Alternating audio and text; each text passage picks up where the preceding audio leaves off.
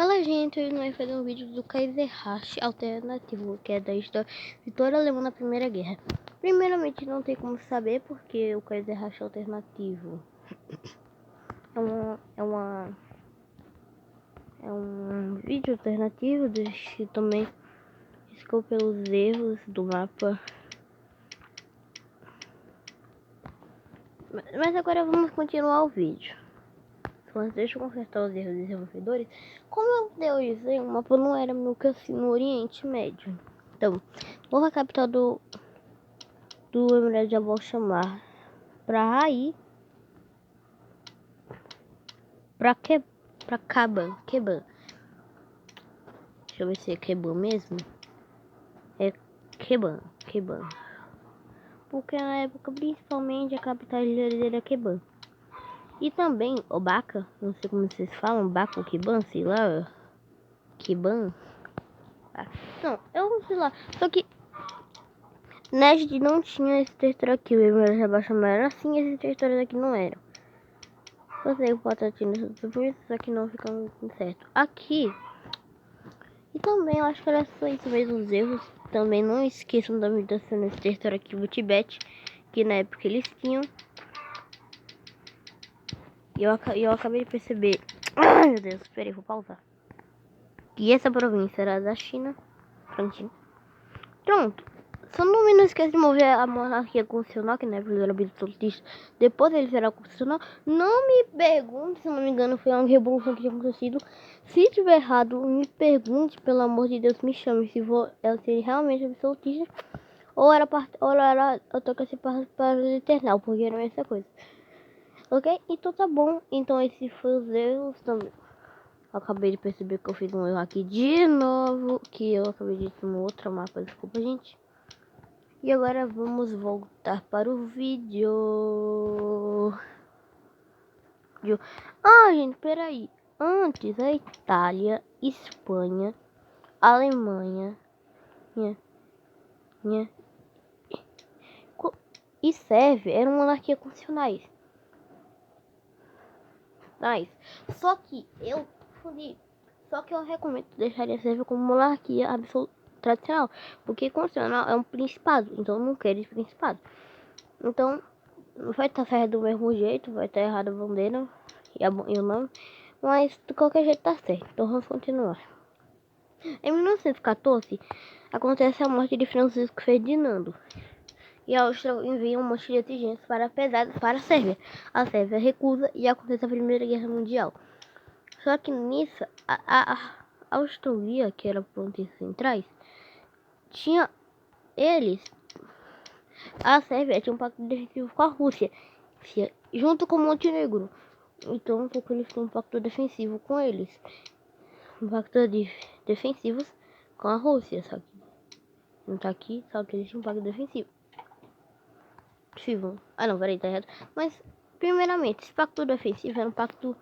Então assim, a Sérvia, a Áustria-Hungria declara fazendo eles entrarem no lado dos aliados, ativando assim a tríplice aliança. Então a Itália, nessa realidade, entra no lado das centrais.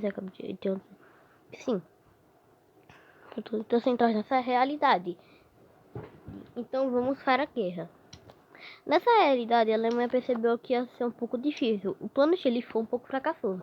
Então vamos fazer que nessa realidade o plano Chile continue e a Alemanha só invade Luxemburgo. Como a nossa realidade. E com a invasão do Luxemburgo, acontecem as guerras. E assim, a França, eles nunca invadem a Bélgica. A Rússia, sabendo do plano Chile,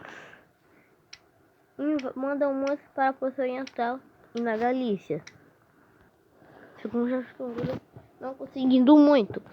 E os alemães, sabendo assim, sim, e a maioria das forças assim, eles os pedem Thallenberg e Lagos Macedônios.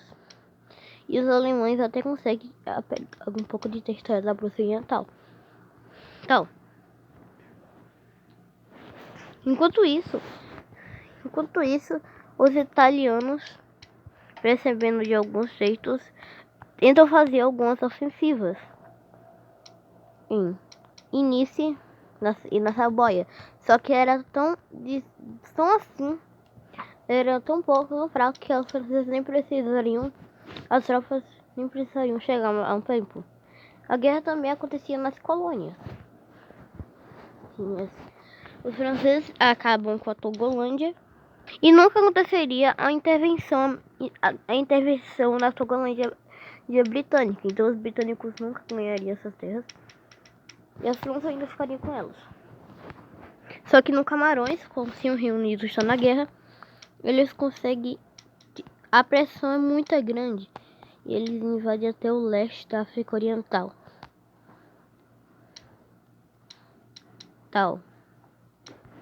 E foi só isso mesmo enquanto na guerra. Enquanto isso, os japoneses decidem ficar neutros.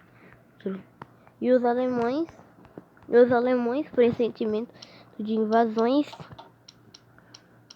nas colônias da França, nas ilhas, invadem a região invadem Vanuatu e Nova Caledônia. A operação sendo um sucesso. E assim, os austro-húngaros tentam fazer a Batalha de Cracóvia e conseguir aliviar algumas populações na Austro-Hungria. Os austro-húngaros conseguem finalmente pegar a capital da Sérvia, Belgrado. Por um curto período de tempo, até os sérvios forem reinvadir a região. E até invadir um pouco da Bósnia, porque tinha as bósnias que consideravam eslavos. E assim na Bósnia acontece algumas coisas e a Sérvia até que consegue aliviar um pouco a proporção.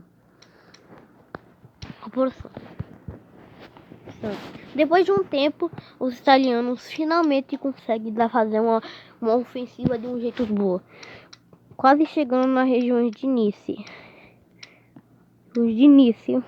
e Saboia. Os franceses rapidamente mandam algumas tropas para lá.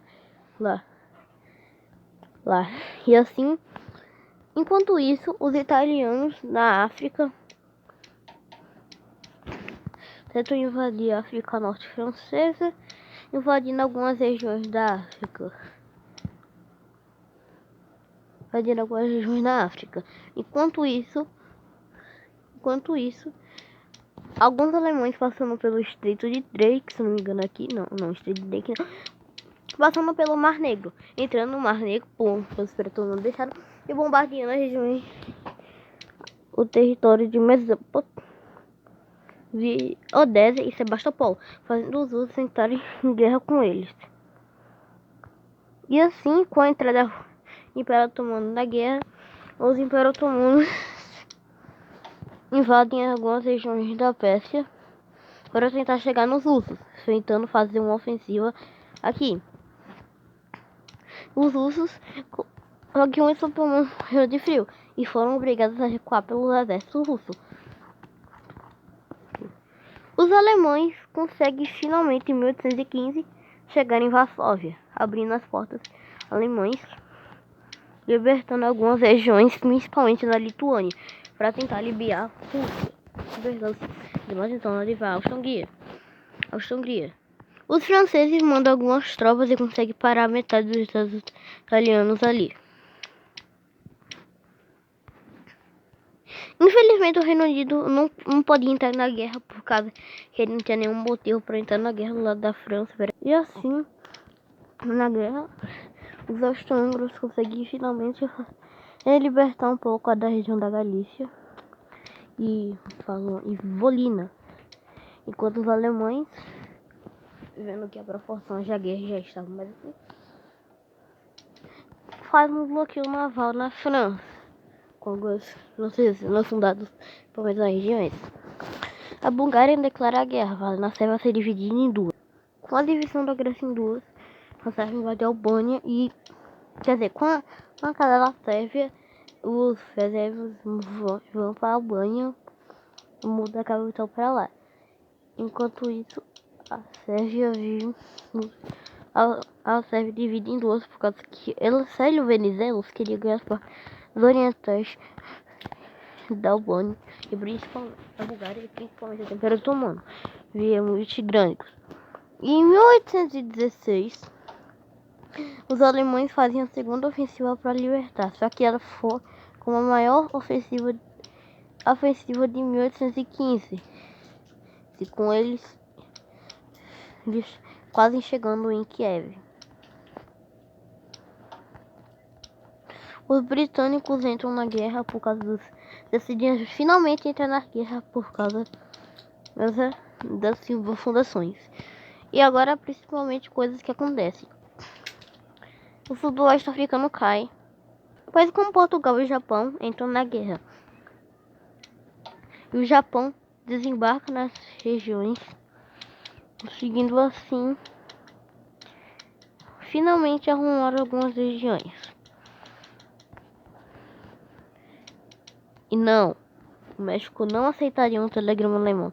Não insistam nessa ideia, é ridículo isso, é porre, é muito ruim. Eu não concordo com o telegrama alemão. Então isso, a guerra ficaria parada por algum longo de tempo. E com a entrada britânica, a Alemanha poderia finalmente invadir as colônias da Bélgica. A Bélgica. E correr até a França ao rio Marne, fazendo a batalha de Verdun. Então a guerra ficaria parada. Então os russos, depois da guerra, iam se render por causa da Revolução Russa. Por causa da Revolução Russa que estava acontecendo, então os setores falam da Alemanha. A primeira coisa aconteceria com os soviéticos entrando na guerra, eles perdendo, só que depois eles poderiam assim mudar de lado e ganharia assim a região da Bessarabia, a região da Moldávia, só que eles perderiam regiões importantes dali. E nessa realidade os britânicos, depois de estar na guerra, primeiro invadem o leste otomano. Começam assim a financiar a revolta árabe. Então foi essa espero que eu tenha gostado. A parte 2 vai sair depois no tchau.